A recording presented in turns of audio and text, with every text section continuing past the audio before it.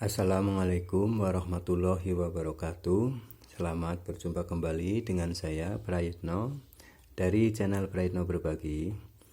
Pada kesempatan kali ini saya hadir untuk menyampaikan materi tentang perbandingan kurikulum 2013 dan kurikulum Merdeka pada Satuan Pendidikan SD, MI, SDLB ya. Ini melanjutkan video sebelumnya sudah dibahas di Satuan PAUD. Nah, sekarang perbandingan kurikulum 2013 dan kurikulum Merdeka tingkat satuan SD, MI, SDLB, Sekolah Dasar Luar Biasa. Nah, seperti apa? Mari kita kaji bersama.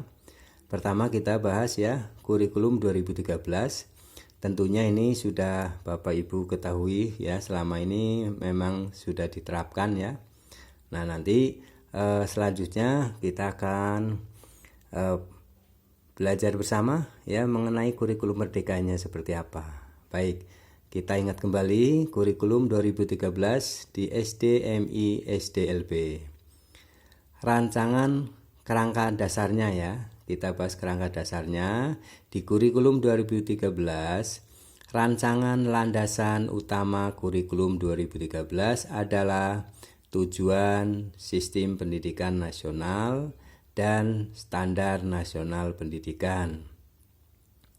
Untuk kurikulum Merdeka, rancangan landasan utama kurikulum Merdeka adalah tujuan sistem pendidikan nasional dan standar nasional pendidikan. Dihadirkan yang baru yaitu mengembangkan profil pelajar Pancasila pada peserta didik. Nah, ini hal yang baru ya.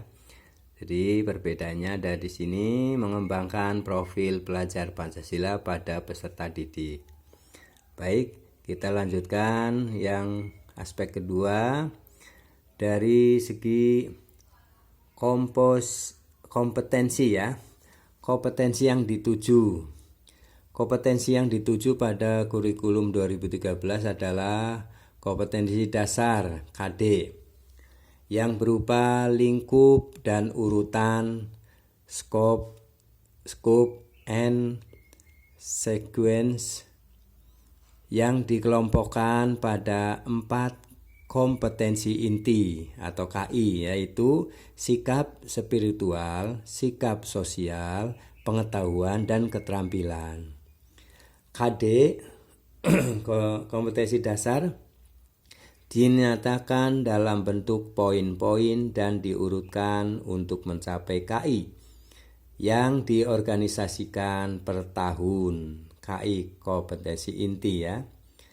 KD pada KI 1 dan KI 2 hanya terdapat pada mata pelajaran pendidikan agama dan budi pekerti dan pendidikan Pancasila dan kewarganegaraan. Nah, ini ya untuk kompetensi yang dituju di kurikulum 2013. Sekarang kompetensi yang dituju di kurikulum Merdeka ya, kurikulum Merdeka. Capaian pembelajaran yang disusun per fase ya. Jadi istilah yang baru adalah capaian pembelajaran yang disusun per fase. Capaian pembelajaran dinyatakan dalam paragraf yang merangkaikan pengetahuan, sikap, dan keterampilan untuk mencapai, menguatkan, dan meningkatkan kompetensi. SD atau sederajat ya, SD, MI, maupun SDLB. Yang terdiri dari 1. Fase A umumnya setara dengan kelas 1 dan kelas 2 SD, MI, SDLB. 2. Fase B umumnya setara dengan kelas 3 dan kelas 4 SD, MI, atau SDLB. Dan fase C umumnya setara dengan kelas 5 dan 6 SD, MI, ataupun SDLB. Nah, ini ya kompetensi yang dituju. di kurikulum Merdeka adalah capaian pembelajaran yang disusun per fase, ya. Baik. Kita lanjutkan ke struktur kurikulumnya. Kurikulum, ya, struktur kurikulum pada kurikulum 2013 di SD, MI, SDLB adalah jam pelajaran JP diatur per minggu. Satuan mengatur alokasi waktu pembelajaran secara rutin setiap minggu dalam setiap semester, sehingga pada setiap semester peserta didik akan mendapatkan nilai hasil belajar setiap mata pelajaran. Satuan pendidikan diarahkan menggunakan pendekatan pengorganisasian pembelajaran berbasis tematik integratif. Nah, dibandingkan dengan struktur kurikulum Merdeka pada SD, SDLB maupun MI, ya, struktur kurikulum dibagi menjadi 2 kegiatan pembelajaran utama. Ya, dibagi menjadi 2 kegiatan pembelajaran utama. A. Pembelajaran reguler atau rutin yang merupakan kegiatan rutin, ya. Kegiatan intrakurikuler, ya. Jadi pembelajaran reguler atau rutin yang merupakan kegiatan intrakurikuler. Dan B. Proyek penguatan profil pelajar Pancasila. Jam pelajaran JP diatur per tahun. Nah, kalau tadi per minggu, ini per tahun. Satuan pendidikan dapat mengatur alokasi waktu pembelajaran secara fleksibel untuk mencapai JP, ya, yang ditetapkan. Satuan pendidikan dapat menggunakan pendekatan pengorganisasian pembelajaran berbasis mata pelajaran, tematik atau terintegrasi, ya.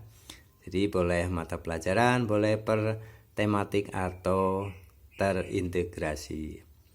Mata pelajaran IPAS, ya.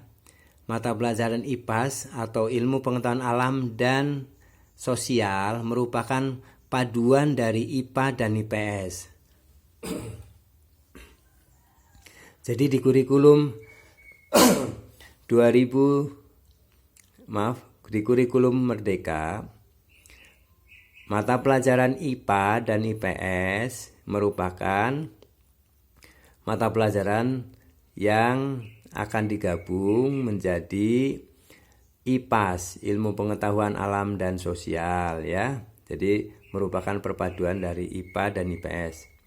Bahasa Inggris menjadi mata pelajaran pilihan, tergantung kesiapan satuan pendidikan. Satuan pendidikan di SD, MI, SDLB atau peserta didik dapat memilih sekurang-kurangnya 1 dari 4 mata pelajaran seni dan budaya. Ya, jadi boleh memilih sekurang-kurangnya 1 dari 4 mata pelajaran seni dan budaya, yaitu seni musik, seni rupa, seni teater, atau seni tari. Kita lanjutkan perbandingan dari segi atau topik pembelajaran, ya. Pada kurikulum 2013 di SD, MI maupun SDLB, pendekatan pembelajarannya menggunakan 1 pendekatan, yaitu pendekatan saintifik untuk semua mata pelajaran. Pada umumnya, pembelajaran terfokus hanya pada intrakurikuler atau tatap muka. Untuk kokurikuler dialokasikan beban belajar maksimum 50% di luar jam tatap muka, tetapi tidak diwajibkan dalam bentuk kegiatan yang direncanakan secara khusus, sehingga pada umumnya diserahkan kepada kreativitas guru pengampu. Ya. Nah, untuk kurikulum Merdeka, ya, di SD, MI, SDLB, pembelajarannya yaitu menguatkan pembelajaran terdiferensiasi sesuai tahap capaian peserta didik. Paduan antara pembelajaran intrakurikuler sekitar 70-80% dari jam pelajaran dan kokurikuler melalui proyek penguatan profil pelajar Pancasila sekitar 20-30% jam pelajaran. Ini dari perbedaan atau perbandingan dari segi pembelajaran ya. Kemudian kita lanjutkan dari segi penilaian. Pada kurikulum 2013, penilaian itu ada penilaian formatif dan ada penilaian sumatif ya oleh pendidik, berfungsi untuk memantau kemajuan belajar, memantau hasil belajar, dan mendeteksi kebutuhan perbaikan hasil belajar peserta didik secara berkesinambungan. Kemudian menguatkan pelaksanaan penilaian saintifik autentik pada setiap mata pelajaran. Penilaian dibagi menjadi penilaian sikap, pengetahuan, dan keterampilan. Nah ini ya di kurikulum 2013 yang sudah kita lakukan, kita laksanakan bersama ya. Yaitu ini penilaian dibagi menjadi penilaian sikap, pengetahuan, dan keterampilan. Ya ada penilaian formatif dan sumatif. Bagaimana penilaian di kurikulum Merdeka tingkat SD, MI maupun SDLB? Penguatan pada asesmen formatif dan penggunaan hasil asesmen untuk merancang pembelajaran sesuai tahap capaian peserta didik. Penilaian juga menguatkan pelaksanaan penilaian autentik terutama dalam proyek penguatan profil pelajar Pancasila. Penilaian tidak ada pemisahan antara penilaian sikap, pengetahuan, dan keterampilan. Jadi tidak terpisah ya. Jadi bergabung ya. Tidak dipisah. Kalau di kurikulum 2013 ada sikap, pengetahuan, dan keterampilan ya. Kalau di kurikulum Merdeka tidak ada pemisahan antara penilaian sikap, pengetahuan, dan keterampilan. Baik, kita teruskan. Kita perbandingkan antara kurikulum 2013 dan kurikulum Merdeka dari segi perangkat ajar yang disediakan oleh pemerintah. Di kurikulum 2013 buku teks dan buku non-teks ya, itu disediakan oleh pemerintah. Itu yang di kurikulum Merdeka buku teks dan buku non-teks juga disertai dengan contoh-contoh modul ajar ya.